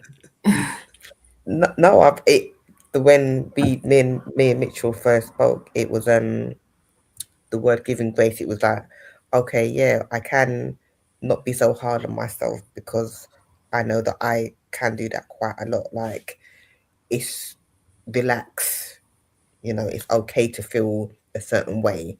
You don't have to get so caught up about it. So yeah, I tend to say that to my patients, like, allow yourself some grace. Like, don't be so hard on yourself. You're still human. Yeah. So yeah. I think I know that I can be very hard on myself, and then I'm like, they were really hard on me. But you create a reality of you kind of reflect what you give yourself. So it is about trying to. Where do you think that hard on yourself comes from? Um, I, do you know what? I don't necessarily know where that comes from so much, but I know that the idea of we give to others more than we give to ourselves. Mm-hmm. So Yeah, I think we as a culture as well, and I know like not trying to bring religion into it and stuff like that, but if we look back at maybe our ancestors and our in like generations, one of the things where faith was a big kind of like hope, I suppose hope and all those things that come from that was a big Mm-hmm. driving factor of how people might have been able to survive some of the things that right, they were going through. right, And um, part of that comes with like how we treat others. Mm-hmm. Yeah. And yeah, and I think one of the things that kind of got missed in that whole kind of learning was we're meant to treat ourselves. We're meant to. It's also how we treat ourselves, and that's a key part. And I think somewhere along the line, it became, if you look after yourself, it's selfish. yeah, Mm, And actually, if we look at how other cultures may work, they they support one person to really build themselves, right? yeah. And then that person can then pour into others. And I think Mm-hmm. we missed that in a way. I think our kind of culture was like there was a point where everyone had to be every man for themselves. Like, do you know what I mean? You had yeah, and even though there was community, but there was a space where maybe only one person could get invited into the room. And yeah, do you know what I mean? And I think it's kind of passed down in ways where we don't necessarily realize that it's not selfish to look after yourself because you're meant to treat others how you treat yourself. But so if you're pouring love into other people, you should be pouring love into yourself. That's not Mm, selfish. Because in order to give love necessary. to, yeah, in order to really love someone else, it starts with you being able to give them the overflow from you to Yeah, then, do you know what I mean? And in our culture, it's seen as like a thing like, oh, this person sacrificed themselves and all that stuff. And actually, it shouldn't be. It should be that you you give to yourself as well as giving to others. The more you can help yourself, the more you fulfill yourself, the more you have to give to others. And I think mm-hmm. because we had so little as cultures, and I think through generations, it was like sharing your bread and all those things like you might have had to do. And when I hear stories like my great grand and all them stuff, like when you had something you'd share with everybody, but you had yeah, something to Yeah. share with everybody. Do you know what I mean? And I just think that giving yourself grace, like we give it to everybody else, we just don't give it to ourselves. There's no kind of learning about giving yourself understanding and yeah, supporting yourself. So part of why I always say to people, like, you have to sit back and initially, if you don't know how to do it, you start with how you would give advice to someone else that was going through your situation, and like literally say your situation out loud like it wasn't you in it, Mm-hmm. yeah, and then be like, what would you advise someone else right, in that moment? And that's like a way to yeah, kind of train yourself to kind of think about yourself. yeah, yeah, brilliant. Absolutely. Yeah. I definitely do that in romantic situations. Like, what would you say to somebody else who was in this? And I apply it to myself. Yeah. I definitely do that. But yeah, I think I'm getting better with self compassion, self care. It's definitely at the top of my agenda for me. And I do feel like if I do have an issue that's knocking around in my head that I need help with, I've got no issues coming for that help or even speaking publicly about the fact that I may need that help. Like, Yeah. I don't see it as a taboo. What would you say that the community is not ready to hear about this topic?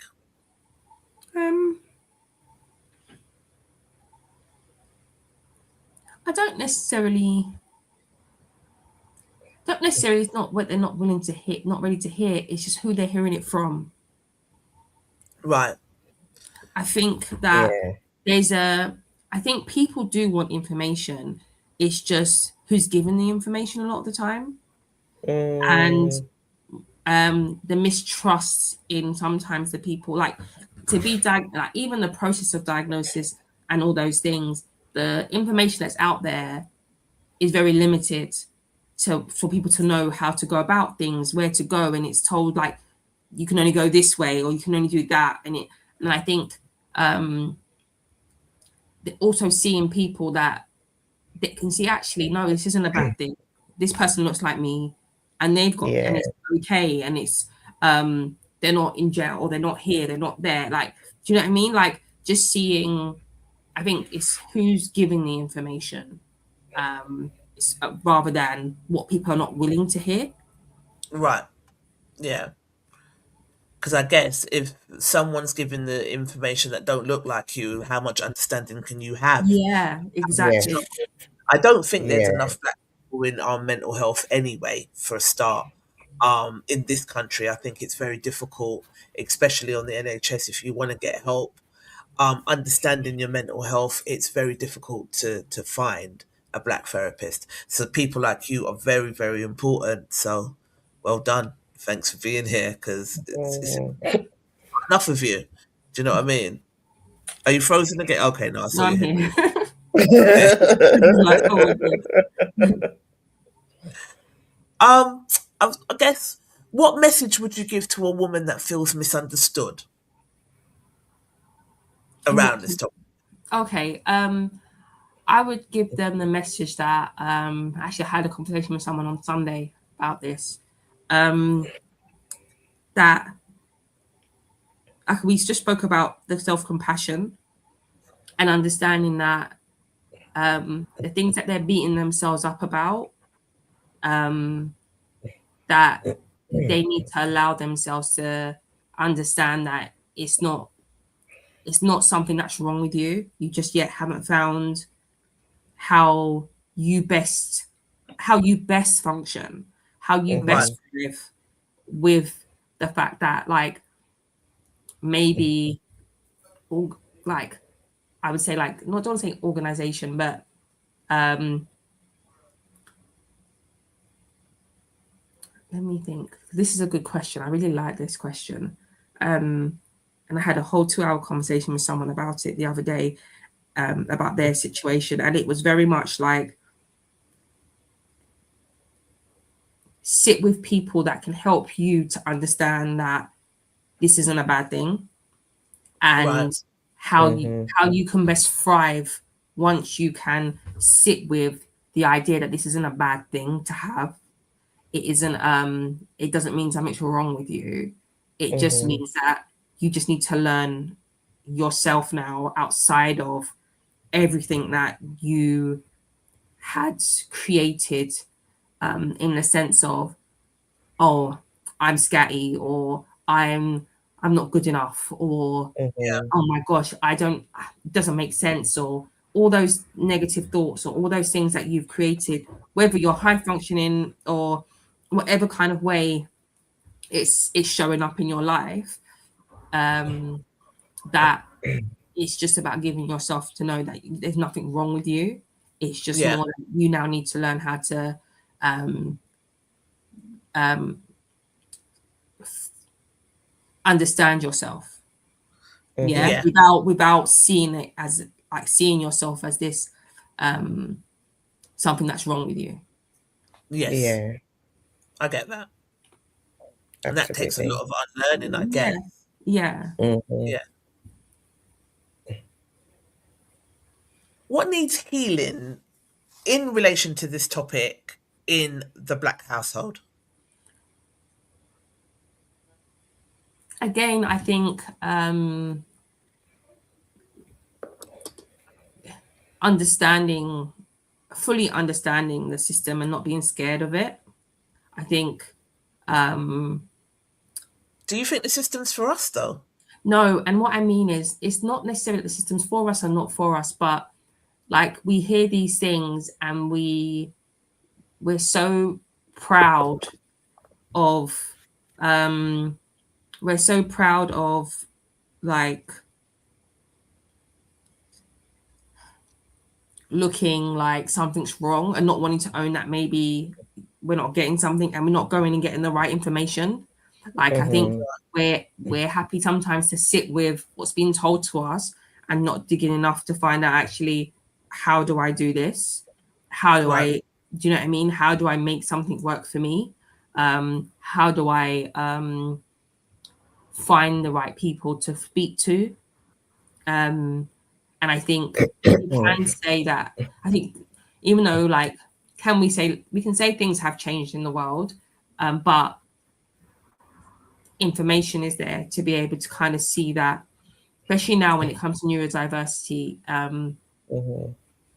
It's not something we should be scared to be diagnosed with or be looked into, because actually that fear allows us to then slip through the loopholes, end up in certain spaces, and our kids end up being misunderstood in school and not Right. supported. So I think it's one of those things that if families are hearing or teachers or someone is saying to you about your child in primary school, even if you need to go and find someone that can give you the information you need, don't dismiss it. Don't dismiss it, yeah. Yeah. Because it's a pride thing, like you were saying Yeah. earlier, about well, not my child, not my child, and then the child ends up suffering. Yeah. The tools could have been put in place from an Yeah. early age. And then when they get to secondary school, it's a lot harder to get that support. And I Yeah. know that from working in the system that it's so much different, so Yeah. much more difficult to get a diagnosis or any kind of support once they are of a certain Yeah. age. So definitely is something that we Because even should within be the looking at. family, Sorry? even within the family, like the support that you can get, even just within your home and your households, it can be really transformative, because then you know how to then go and communicate with schools. You know how to communicate with the services or the spaces. You know that your child can't just be excluded. Just like that, what are you putting in place? Like there's certain things that you'd be able to challenge better than rather than sometimes we show up as parents and we're very much dismissed when we say Right. certain things, and it's knowing how to navigate those conversations that makes Spaces. all the Yeah. difference. Yeah. No, definitely. Well, that was my last question. So we kind of powered through. We got there in the end. I hope it was useful. I think it really was. And like I said, I want Definitely. to have more conversations with you. I think I'm getting like private text messages.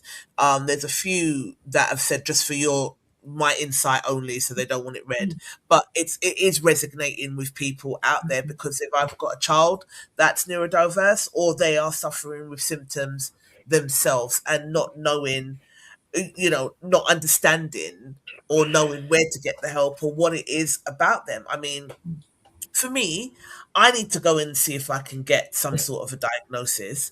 But having the conversation and reading about it and so on and so forth, and I guess like another person texted me today and they were like, I was laughing because I was like, yeah, same. She said, hang on. She said,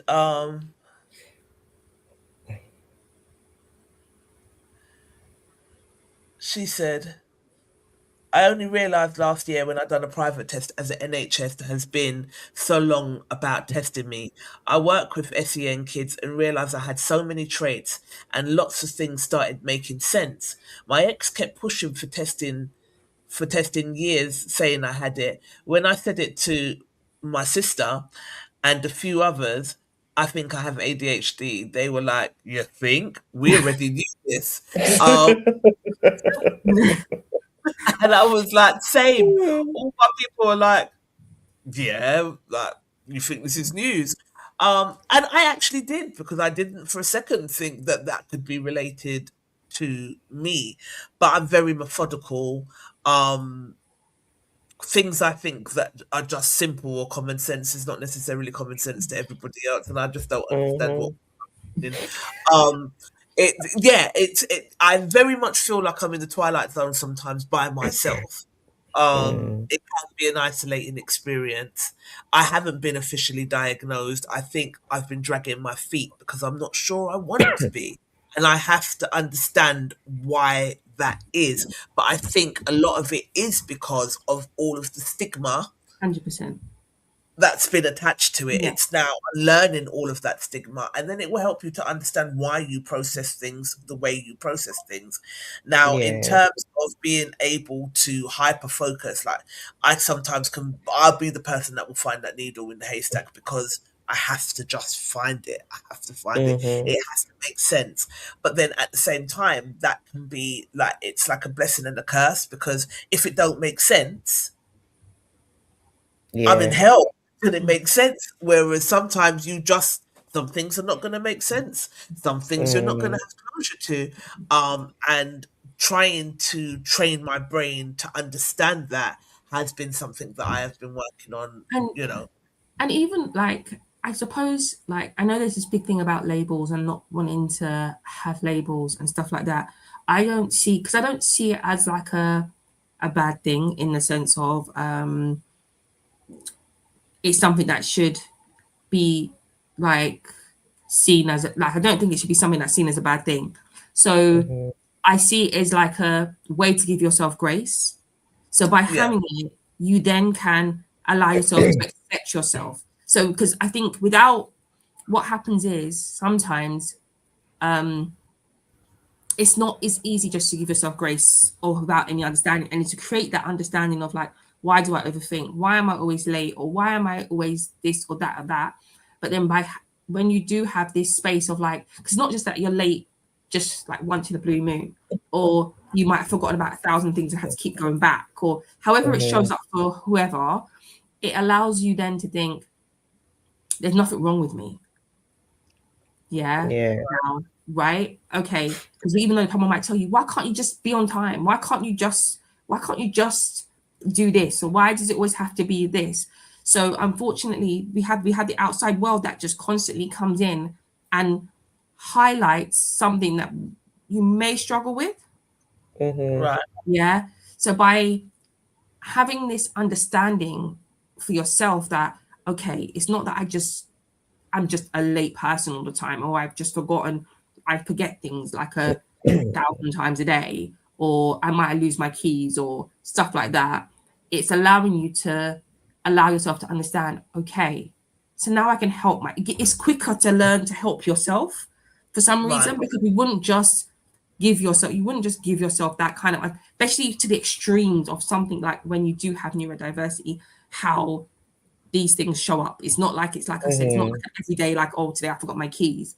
But to the level that someone that is neurodiverse may experience certain things, by having that connection and that help to be able to connect with yourself helps equal the playing field of that understanding. So it's like, this is why it says like, this is why there are a little bit more things about how do we make things be a bit more even, just because it's something that you don't see. So it's something that by having that connection with yourself to give yourself that understanding can then just help level out the playing field a little bit, just by having that understanding. It doesn't mean you need to be getting, like someone said, the PIP and all these different things that you don't need. Some of them times you don't need all those things some of the time, but it's just that connection with yourself to help you realize, okay, so all I need to do is maybe get a bit of extra support in this area. I might not need support in every area, but I might just need help with learning some structure because it just don't make sense, and I need to find a way that makes sense, because every way that everyone else does it doesn't work for me. It's not working. And it's just having that. So it's just having that. I lose something every day. My day's not completely honest. I'm like, where's my phone? Where's my key? Always. Yeah. So yeah, it does make sense because it does help you to understand why these things Yeah. occur. Well, all right, we made it. We done it. Okay. We Yeah. powered. Sorry Devil about did the. not prevail this time. Yeah. I was like, that was a whole liar. I don't understand. We've been so I had to send you videos to prove to you that this was happening. right. I was like, no, what's happened to this laptop? Like, what's happened? But it looked like it was doing it up. Literally. Wow. Well, we done it. We got there. So hopefully this experience hasn't been too harrowing for you and you'll come back. But she's not said it. She's not said, yeah, I'll be back. She's just Oh no, laughed, yeah, so yeah. Sorry. you're not coming back. But yeah, it's been a pleasure. Tell them where they can find you. If there's any projects that you need to shine a light on, do that now. Okay. Oh, didn't think about that bit. Yeah, so no, you can find me on like Jigsaw GC if you've got anything with regards to young people and families. REM Wellbeing if it's to do with like adults, also young people, but more private stuff in regards to like with Jigsaw, we've got a lot more funding and maybe that I can navigate you into free directions and stuff like that. We do a lot of training through REM and workshops and working with professionals as well. What does REM stand for again? Do you want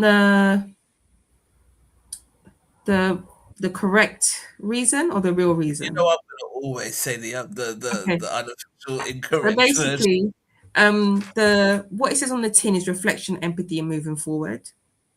But right. But when you ask me about my journey for REM, it's my daughter's. It's my daughter's initials. Okay. Yeah. Someone's messaged me and said, get it done, girly. Nothing to lose. It gives you clarity and freedom to express yourself, gives you answers to your personality. Friends and family would have to fix up and be more compassionate. Yeah. My family would be just like, what neurodiverse? I've given you the route to go and get your testing done, and you don't have to pay, and it's quicker than the NHS route. Hey, now I went on it the other day. No, you probably went on the other one. I gave you the clinical partners one. I'll send it to you again. Yeah, send it to me again. I'll do it. I will do it. I don't know what's holding me back. I get like this. It's like even the other day, like I bought all this machine because I get like this. I'm like, I wanted the 360 machine. Remember, I had to get it and I got it. And then after a while, I was like, I hate this and I don't want to do it. So, what have you done with the machine? What have you done with the machine? Gary, the guy that popped in and popped out, he's got it. I gave it to him, but I'm still. He's like, I don't understand why it's just sitting there. Like, come on. So he took it the other day, fixed it up a bit. So now he's going to be managing it, and we will go and do jobs with him. But I just was just like, I can't. I bought all this machinery to make t-shirts. I just was just like, I became obsessed with cricket machines, and I sat and I watched all these YouTube videos and all these tutorials, and I was like, right, I must have it. And I went out and I got it, and then I just lost my confidence and froze and just didn't do it. I had the machine for a couple of years and just didn't do it. And my mate came all the way from the US and she was like, right, get it out, let's do it. So she showed me how to do it, and then once I did it, it was like, this is cool. But for some reason, I froze and just couldn't do it. And then there's other things where I have no idea what I'm doing, but I'll just do it and do it and do it and figure it out. And it's weird, but I guess it's not about people understanding me. It's about me understanding myself. 100%. Because sometimes people are just committed to understanding you anyway. But yeah, I do think it's something that's necessary. So yeah, once again, thank you. It's been great show. Amazing. People are texting me. They're not leaving comments, but they are texting me differently to say good show. It's read, like I said, I put this out and I got a lot of messages before the show even aired. So it does seem to be something that is affecting people or that they need more knowledge of. So yeah, looking forward to chopping up more topics with you. And that said, well, thank you for having me. Thank you for coming and for persevering, man. And I hope that the other laptop sorts itself out. Like, Do you know what I mean? But no. Don't bill me. Like, you're... Um, you can't afford it. But yeah, no, it was a pleasure. Thank you so much. No problems. All right then. Text it now. Do you know what I mean? But let's see if this is a message I can read out. Hang on. Some people ask me why I like to learn different specialties with my job, and I'm like, I fell into my job accidentally because I got made redundant from I used to work in-house affairs at my last retail job, and I was like, I don't know what I'm gonna do, and I went into it accidentally from temping, and I was like, oh, okay, this is interesting. Did that for in occupational health, learned everything about it. I was like, okay, is that it? Yeah, right. That was wrong. I need something else to do. My brain, once I've dissected something, right, okay, what, there's nothing else I need to do with this, so I'm bored now. And then I found with healthcare, there was so much. And I was like, bingo, I love it. Like, so don't you get anxious when you're in this system? No, I love it. I need to know how it works. I want to know how it works. I will take something difficult and make it simple. I like to know how different departments work together, so that when I'm speaking to patients, they're like, well, why have I got to see this person for? And why have I got... I'm like, okay, let me break it down for you. This is the reason. We can't go to C until A is dealt with. And B, you might have to miss B until C is dealt with. And they're like, oh, okay. Yeah, people are like, don't you just do one specialty? I'm like, no, because at some point I'm going to get bored. So I have to have multiple things going through my head. The attention span is really bad. Like, and especially talk about eye contact, I used to be really, really bad with people. I would look everywhere else but at the person. People are like, why don't you do eye contact? I don't like it. Even at nephews, I'd be like, and so I had to teach myself how to. I think because I don't want people to try and read me, like my facial expressions and all that. So I've had to unlearn that, to like, no, I'm going to look in your eyes. If I'm going to speak to you about something, I want to see your facial expression, your body language, the whole lot. So I really get an idea of how you're thinking. And sometimes the phone call doesn't do much justice. So yeah, was very interesting. Yes. I'm getting texts, people saying, well done, great show, very insightful, thank you, Mitchell. I don't know why, and this is interesting, because when we're chatting rubbish, they be commenting on the screen. Certain topics, they don't want to be seen to be associated with it. And this is why I want to have more conversation, so it's not a taboo, so that people start to relax, including myself. Because, like you said, you sent me the thing. I went on it the other day, and it was charging big money. And I was like, I ain't got that right now. No, but I bet you next time, I will send you the pathway bit, because there's a bit on there that maybe you went to the private stuff, but there's a link because basically, a lot of private companies have got funding to do the tests, but you have to go through your doctor, and there's a way to do it. So I'll show you that way. Show me next time we meet as well. And it's literally up to 30 weeks max, or 40. Some people have done it in 4 weeks, and it's been quick. So really, and it's through the NHS as well. So yeah, I think I'm ready now to see what's what. So yeah, we'll do it. Okay. All right. All right. Thanks for being here, my love. No problem. Lovely. All right then. Bye. Good night, ladies. Bye-bye. Good night. Good night.